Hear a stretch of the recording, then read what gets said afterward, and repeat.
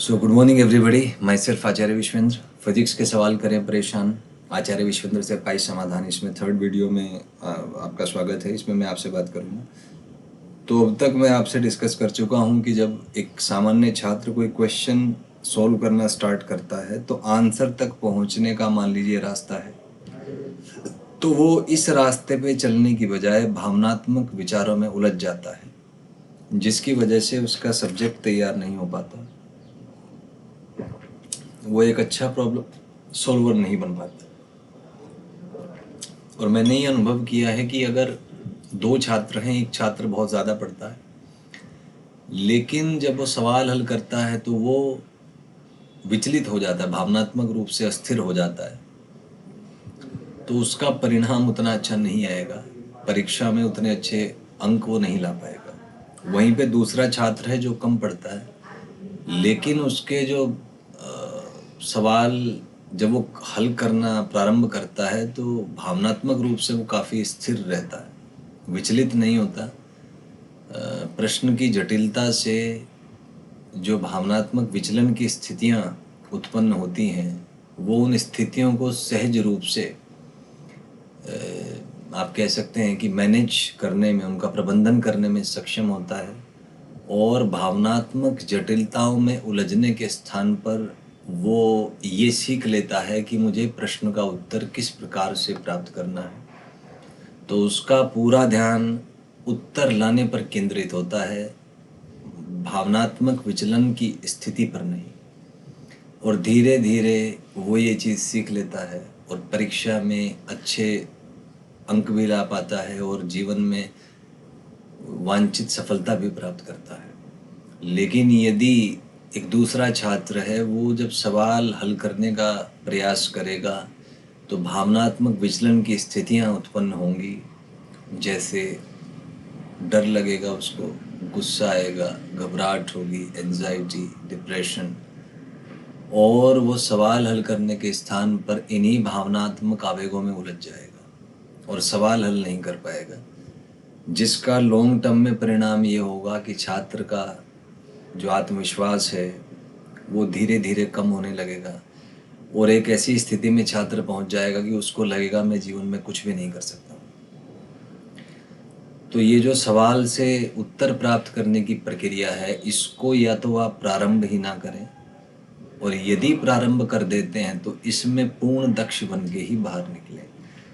क्योंकि अगर बिना दक्ष हुए आप बाहर निकल गए तो आप अभी तो अनुभव नहीं करेंगे कि, लेकिन लंबे समय में आपको अनुभव होगा कि आपका जो मन मस्तिष्क तंत्र है वो एक ऐसे भावनात्मक विचलन की स्थिति में आएगा, ऐसा एक कह सकते हैं कि आप ऐसी जटिल मानसिक अवस्था में उलझ जाएंगे जिसमें आप केवल विचार दे पाएंगे, बातें कर पाएंगे, बड़ी बड़ी उत्तेजित बातें करेंगे, एक्सट्रीम्स बातें करेंगे, लेकिन ग्राउंड लेवल पे काम नहीं कर पाएंगे, आप रिजल्ट नहीं दे पाएंगे, परिणाम नहीं दे पाएंगे, और आपका परिणाम जो है, आपका जो कार्य है, जो कर्म है, वो आपके बारे में सत्यता बताता है, आपके शब्द नहीं, आपके विचार नहीं।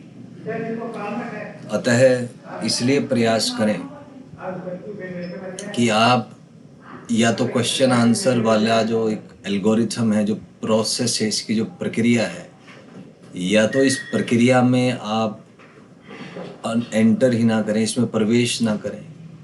और यदि आपने एक बार प्रवेश किया है तो इस प्रक्रिया में पूर्ण सिद्ध होकर ही आप बाहर निकलें। यदि प्रश्न से उत्तर प्राप्त करने की जो प्रक्रिया है, इस प्रक्रिया में मान लो 10 स्टेप हैं, तो यदि आपका मन मस्तिष्क तंत्र उन 10 स्टेप से पहले बाहर निकल जाता है, सहन नहीं कर पाता भावनात्मक विचलनों को, तो ये भी आपके मन मस्तिष्क तंत्र में संग्रहित हो गई है जानकारी, रिकॉर्ड हो गया है कि मेरे को बीच में से बाहर निकलना है।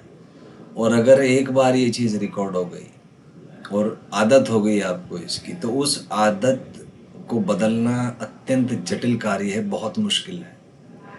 इसलिए जो पेरेंट्स हैं, जब छोटे होते हैं बच्चे, तो उनको हर बात पे टोकते हैं, डांटते हैं, क्योंकि सामान्यतः हमारा जो मन है वो केवल खाना पीना और जो आनंद है वो प्राप्त करना चाहता है, जो सामान्य अवस्थाओं में सुख प्राप्त करना चाहता है।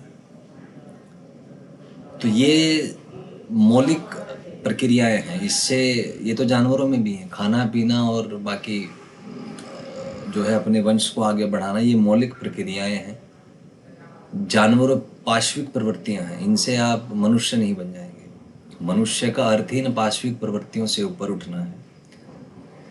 तो हमारा मन सामान्य स्थिति में ये पाश्विक प्रवृत्तियां हमें खींचती हैं, अपनी तरफ आकर्षित करती हैं, और हम चेतना का विस्तार करने के बजाय पाश्विक प्रवृत्तियों में ही उलझे रह जाते हैं। तो इसलिए पेरेंट्स, जो अच्छे पेरेंट्स हैं, वो चेक करते हैं कि बच्चों में अच्छी आदतें बन पा रही हैं कि नहीं। क्योंकि अगर आप एक बार पाश्विक प्रवृत्तियों से आप ऊपर उठ गए, तभी आप समाज में कुछ विशिष्ट कर पाएंगे, मानसिक रूप से बेहतर बन पाएंगे, और तभी आप सफलता प्राप्त कर पाएंगे। लेकिन यदि आप पाश्विक प्रवृत्तियों में उलझ के रह गए तो आप संघर्ष करेंगे जीवन भर, पर आपका जो अंदर से जो सिस्टम है, जो मन मस्तिष्क तंत्र है, वो केवल खाना पीना और संतान उत्पन्न करना, उसी के इर्द गिर्द आप विचार करेंगे। उन्हीं विचारों में आपका ऊर्जा क्षय होगा और आप एक पशु से अधिक नहीं अचीव कर पाएंगे जीवन में। यदि आप चाहते हैं कि एक पशु से अधिक कुछ अर्जित करें, केवल एक जो सर्वाइवल है, जो आपका होना है, जीवन जीना से ऊपर यदि कुछ करना चाहते हैं, तो उसके लिए है कि आपकी आदतें बहुत मजबूत होनी चाहिए। तो जो कुछ भी आप कर रहे हैं, जो भी भावनाएं आपके भीतर हैं, आप अनुभव करें कि आपके भीतर ही कोई बैठा है जो सब जानता है आपके विषय में, जिसे हर चीज़ का पता है, जिसे आप मैनिपुलेट नहीं कर सकते, जिसे विचलित नहीं कर सकते, झूठ नहीं बोल सकते उससे। कोई है आपके भीतर जो हर कर्म का फल आपको देगा। हर चीज़ रिकॉर्ड हो रही है आपके अंदर। तो जब आप सवाल से उत्तर प्राप्त करने की प्रक्रिया प्रारंभ करें, तो पहले मानसिक रूप से मजबूत बने। संकल्प लें अपने आप में कि आंसर प्राप्त करने में अगर 5 स्टेप हैं, तो आप बीच में गिव अप नहीं करेंगे, बीच में उसको छोड़ेंगे नहीं, काम को विचलित नहीं होंगे बीच में। संकल्प लें अपने आप से कि जो 5 स्टेप हैं, जब तक आप 5वें स्टेप पे नहीं पहुंचेंगे, काम को रोकेंगे नहीं। जितना मर्जी आपको भावनात्मक विचलन हो, जैसे मर्जी आपको अवस्थाएं अनुभव हो, बीच में नहीं रुकना। यही इसका सूत्र है, अन्य कोई सूत्र इसमें काम नहीं करेगा। मैं जब छात्र था तो मैं ये अनुभव करता था कि सवाल से उत्तर प्राप्त करते समय मानसिक कष्ट होता है, भावनात्मक आवेग उत्पन्न होते हैं, और यदि उन आवेगों का आप सामना नहीं कर पाए ठीक से, तो ऐसी मानसिक स्थिति आपकी हो जाती है जिसमें आप काम करेंगे, पढ़ेंगे, बहुत अत्यधिक पढ़ेंगे, लेकिन जब प्रश्न आप हल करेंगे तो आप प्रश्न हल करने के स्थान पर उन भावनात्मक विचलनों में ही उलझे रह जाएंगे, उत्तर तक नहीं पहुंच पाएंगे। तो ये मानसिकता, अब इसका सामना कैसे करना है, इसका उत्तरदायित्व सर्वप्रथम आप पर है।